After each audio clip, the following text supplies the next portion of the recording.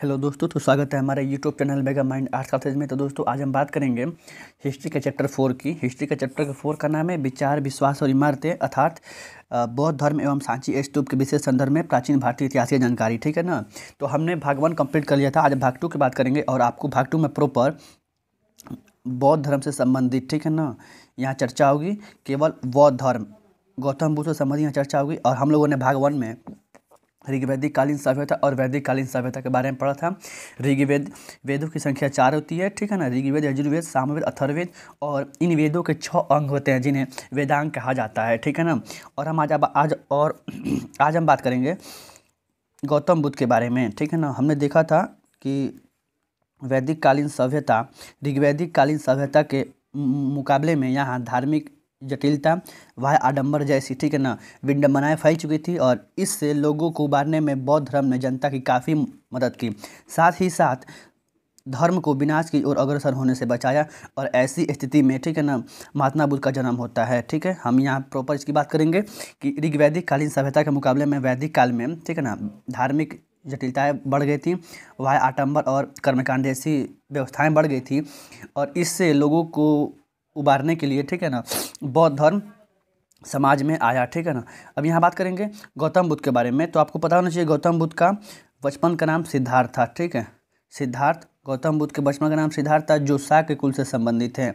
अर्थात जो महात्मा बुद्ध के जो पिता थे जिनका नाम सुयोधन था, वो शाक्य कुल के क्षत्रिय वंशीय के राजा थे, जिनकी राजधानी कपिलवस्तु हुआ करती थी। ठीक है, इसलिए गौतम बुद्ध भी शाक्य कुल से संबंधित थे। अगर गौतम बुद्ध के जन्म की बात करें तो गौतम बुद्ध का जन्म 563 ईस्वी पूर्व बिहार के कपिलवस्तु के नेपाल की तराई लुम्बिनी नामक वन में हुआ था। तो यहाँ से क्वेश्चन बनता है कि महात्मा बुद्ध के बचपन का नाम क्या है। तो आपको बोलना है, आपको याद कर लेना है, महात्मा बुद्ध के बचपन का नाम सिद्धार्थ है और इनका जन्म 563 ईस्वी पूर्व में, ठीक है ना, कपिलवस्तु के लुम्बिनी नामक वन में हुआ था। ठीक है, और अगर क्वेश्चन आपसे ये पूछेगा कि महात्मा बुद्ध किस कुल से संबंधित है, तो महात्मा बुद्ध शाक्य कुल से संबंधित हैं। ठीक है, इनके पिता का नाम सुयोधन था, जो शाक्य कुल के क्षत्रिय वंशीय के राजा थे, जिसकी राजधानी कपिलवस्तु हुआ करती थी।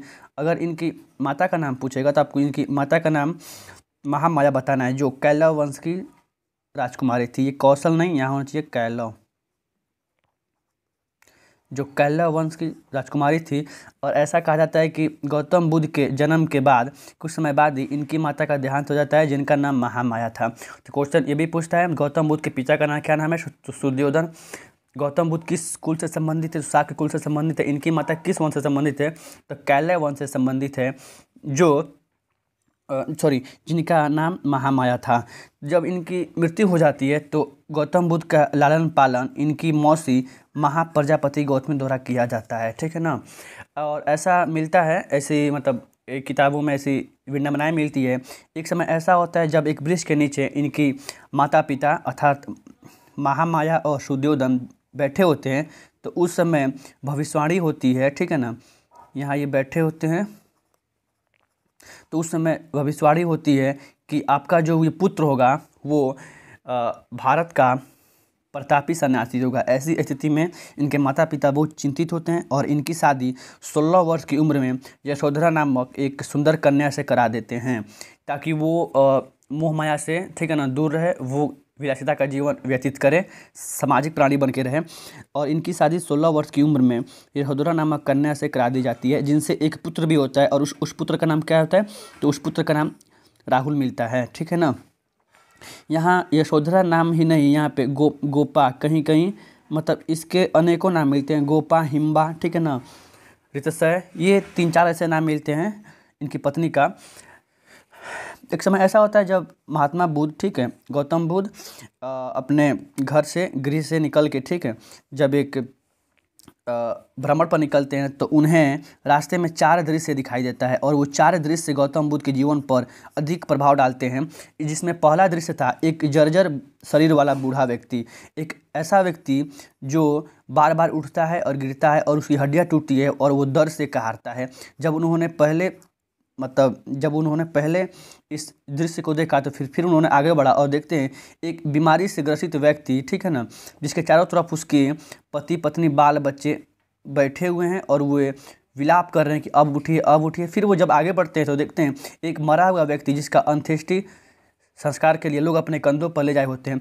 जब उन्होंने चौथे दृश्य को देखा तो उन्होंने देखा कि एक ऐसा व्यक्ति जो बिल्कुल खुशी से भ्रमण कर रहा हो, उसे मोह माया की मुँह में बिल्कुल मुक्त है वो, अर्थात एक सन्यासी को देखते हैं। तब वो देखते हैं कि जब ये सारे दृश्य यहीं दिखाई देते हैं तो कहीं ना कहीं ये हमारे साथ भी होगी। और वो इस दृश्य को देखते हुए मात्र 29 वर्ष की आयु में अपने घर को त्याग देते हैं। ठीक है ना। तो अब आपको यहाँ देख लेना है, जो क्वेश्चन पीछे हुआ आपको वो भी ध्यान रखना है कि महात्मा बुद्ध ने कितनी वर्ष की उम्र में अपने घर को त्याग दिया, तो 29 वर्ष की उम्र में अपने घर को त्याग दिया। और इस गृह त्यागने की घटना को महाविनिष्क्रमण के नाम से जाना जाता है। ठीक है, गृह त्यागने की घटना को महाविनिष्क्रमण के नाम से जाना जाता है, जिसका प्रतीक घोड़ा माना जाता है। बुद्ध के गृह त्याग का प्रतीक घोड़ा को माना जाता है। जब महात्मा बुद्ध ने गृह त्याग दिया तब वो 5 ब्राह्मणों के साथ घोर तपस्या पर बैठे हुए थे। तभी उसी समय सुजाता नामक एक औरत, एक मतलब लड़की होती है, औरत होती है, उसके हाथों वो क्या करते हैं, भोजन ग्रहण करने से उनकी तपस्या भंग हो जाती है। ये भी क्वेश्चन पूछा हुआ है, जिसके कारण 5 ब्राह्मणों ने उनका साथ छोड़ दिया। और तब वो महात्मा बुद्ध अकेले कहाँ चले गए, बोधगया चले गए और वहाँ पीपल के वृक्ष के नीचे निरंजना नदी के किनारे, ठीक है ना, घोर तपस्या करते हैं। और उनको 8वें दिन बैसाखी पूर्णिमा का दिन होता है, उस दिन उनको ज्ञान की प्राप्ति होती है, तब वो बुद्ध के नाम से जाने गए। ठीक है ना, यहाँ तक आपको ध्यान रखना है। आगे बढ़ते हैं। अगर उनके शिष्य की बात करें तो गौतम बुद्ध को ज्ञान की प्राप्ति के बाद उन्होंने अपना पहला उपदेश कहाँ दिया था, तो उन्होंने अपना पहला उपदेश सारनाथ में दिया था। और उन्होंने वहीं पर अपना शिष्य बनाया। उन 2 शिष्यों का नाम था तपस्सु और भल्लिक। ये गौतम बुद्ध के सर्वप्रथम 2 शिष्य थे जो बंजारे थे। ठीक है, और महात्मा बुद्ध द्वारा अपना प्रथम उपदेश सारनाथ में दिया गया, लेकिन उनकी भाषा पाली थी। क्वेश्चन पूछा हुआ है महात्मा बुद्ध ने अपने उपदेश किस भाषा में दिए, तो महात्मा बुद्ध ने अपने उपदेश पाली भाषा में दिए। ठीक है, और इस प्रथम उपदेश को धर्म चक्र परिवर्तन के नाम से जाना जाता है। आपको ये क्वेश्चन याद रखना है, जितने क्वेश्चन हम यहाँ टिक करें वो सारे क्वेश्चन 12th में पूछे जाते हैं, आफ्टर 12th एग्जाम में भी आते हैं। ठीक है, महात्मा बुद्ध के प्रथम उपदेश को धर्म चक्र परिवर्तन के नाम से जाना जाता है। और महात्मा बुद्ध के इस प्रथम उपदेश के बाद सारनाथ में ही बौद्ध संघ की स्थापना होती है।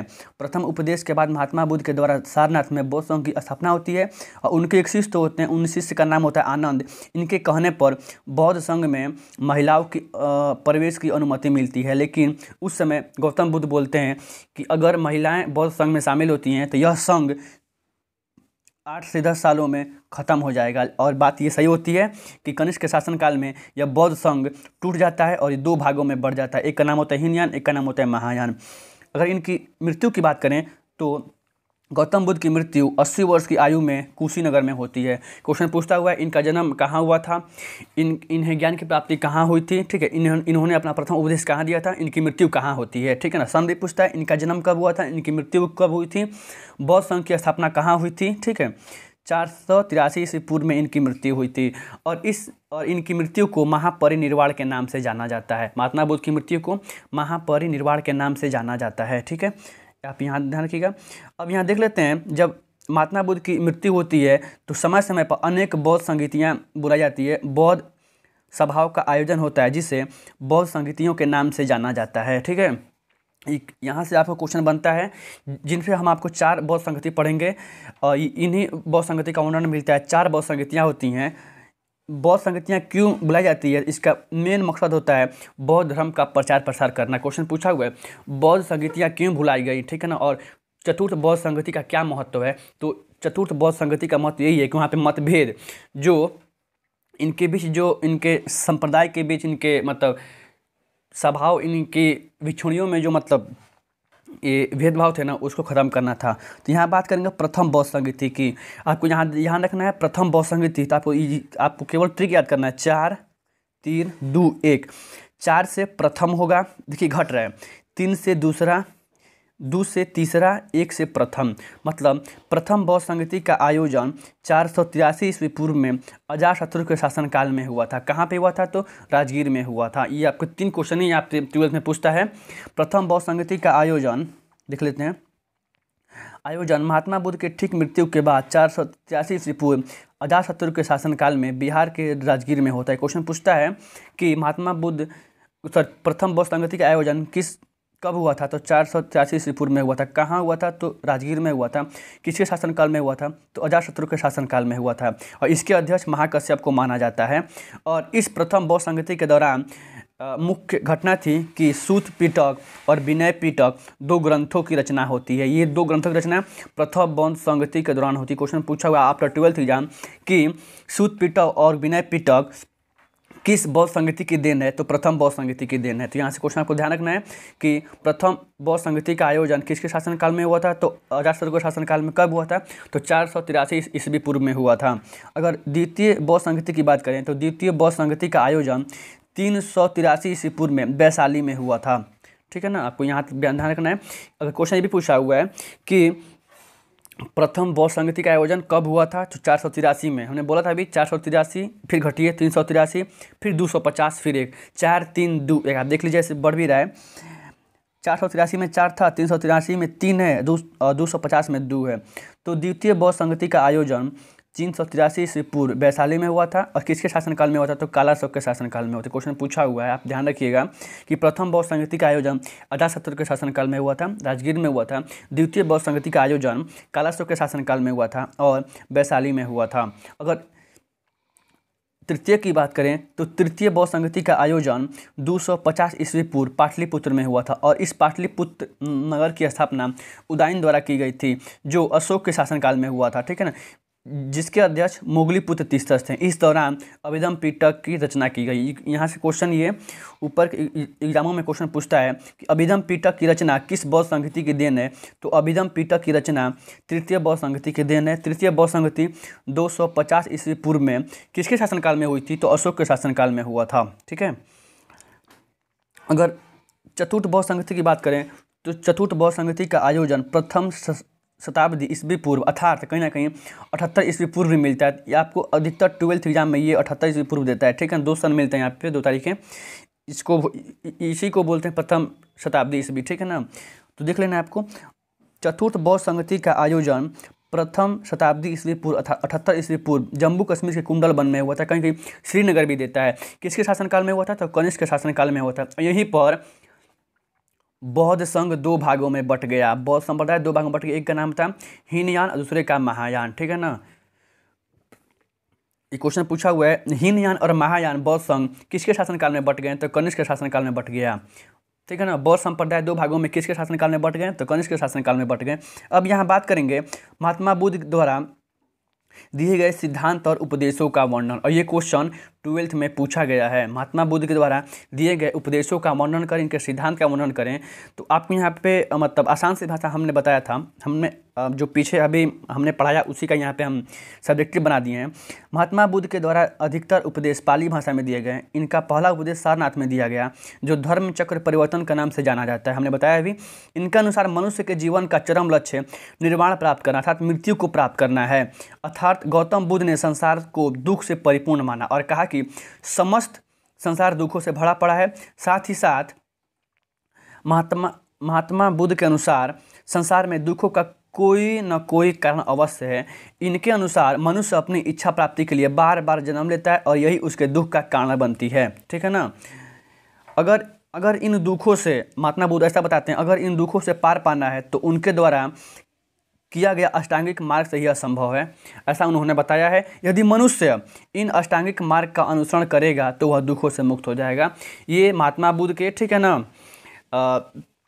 8 अष्टांगिक मार्ग दिए जाते हैं और उन अष्टांगिक मार्ग का यदि प्रयोग किया जाए, उपयोग किया जाए तो आपके सारे दुखों का, ठीक है ना, निवारण है। महात्मा बुद्ध के द्वारा 4 आर्य सत्य भी दिए जाते हैं और इन 4 आर्य सत्य के माध्यम से भी दुखों को पार पाया जा सकता है। पहला है दुख निरोध, दुख समुदाय, दुख विरोध। ठीक है ना, महात्मा बुद्ध के अनुसार 4 आर्य सत्य भी दिए गए हैं जो निम्न हैं, हम ये बताते हैं हमने। ठीक है, देख लेते हैं आगे कर रहे हैं।